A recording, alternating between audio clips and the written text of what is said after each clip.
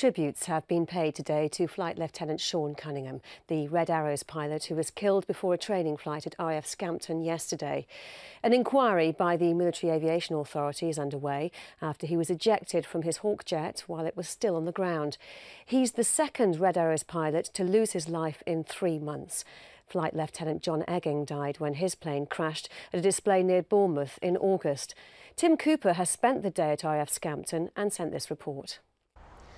Floral tributes light the main gate of RAF Scampton, local people showing their respect to Flight Lieutenant Sean Cunningham, the second Red Arrows pilot to die this year. He lost his life yesterday when he was ejected from his Hawk jet while it was on the ground. And it's just terribly sad that it's happened, but we'll always look after the Red Arrows and we'll always be there for them. That's what Lincolnshire's about. 34-year-old Flight Lieutenant Cunningham joined the RAF in 2000, serving with 617 Dambusters Squadron and over Iraq before joining the Red Arrows last year. His family in a statement has said, "Since childhood, Sean had dreamed of flying fast jets in the RAF. The pinnacle of his career was to fly in the Red Arrows. He'll be dearly missed by all of his family and many good friends." Earlier this year, Forces News spoke to Sean Cunningham in Cyprus as the Red Arrows trained at RAF Akrotiri. In Cyprus it's been wonderful actually. We obviously leave the UK to come in and try and use the weather that's available. The weather has been very kind to us, so we've flown 3 times a day every day until our day in our trainings, got back on schedule after we lost 8 weeks in the UK, so it's going well. And it's your first year, so is it what you expected? It's more than I'd expect, to be fair. It's a dream come true for myself, so yeah, absolutely enjoying it every second of the day. The Reds have a long association with Akrotiri, and today British Forces Cyprus paid tribute to Flight Lieutenant Cunningham.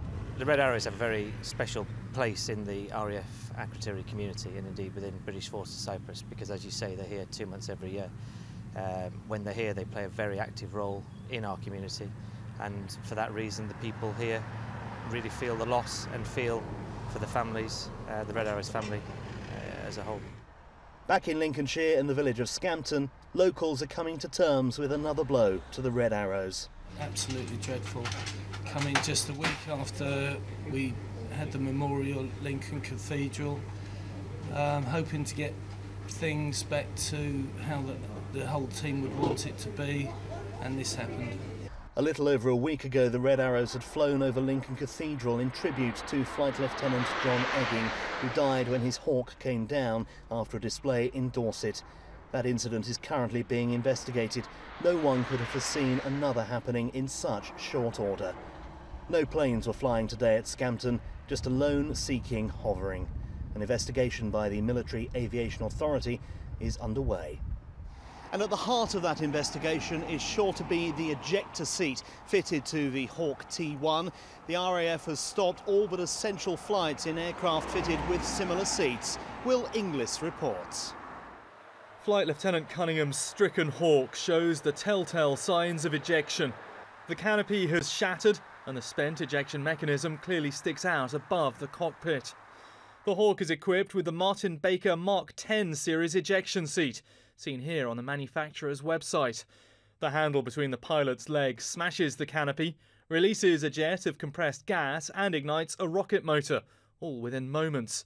The seat should then have enough lift to get to a height from where a parachute can guide the pilot down to safety. From its base here at Uxbridge, just outside London, the Martin Baker Company has supplied ejector seats to air forces from all over the world.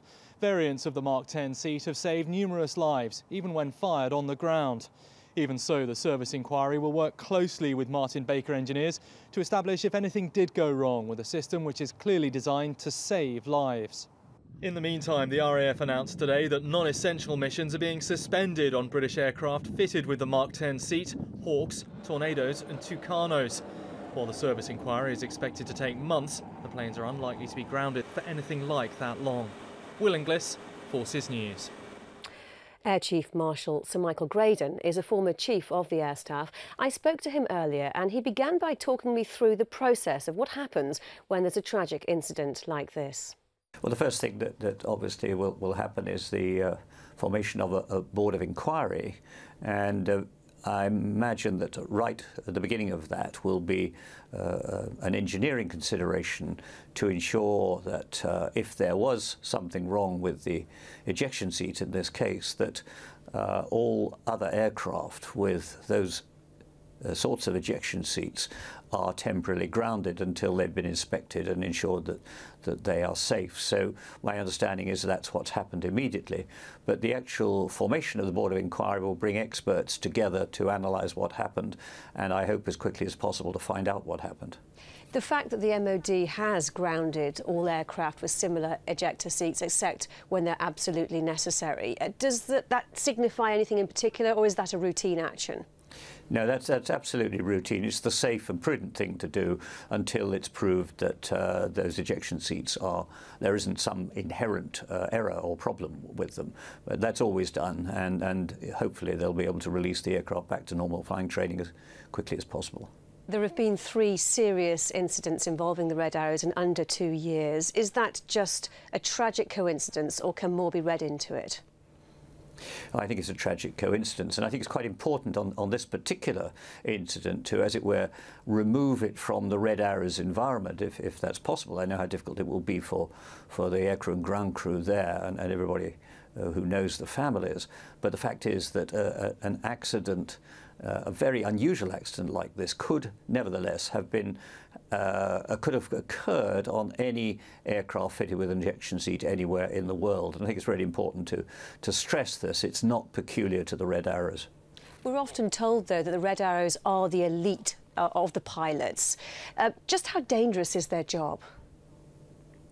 Well, I think they would say it's not dangerous. I mean, all of us who have watched them for years and admired them thrill to the fact that there's a risk factor in there.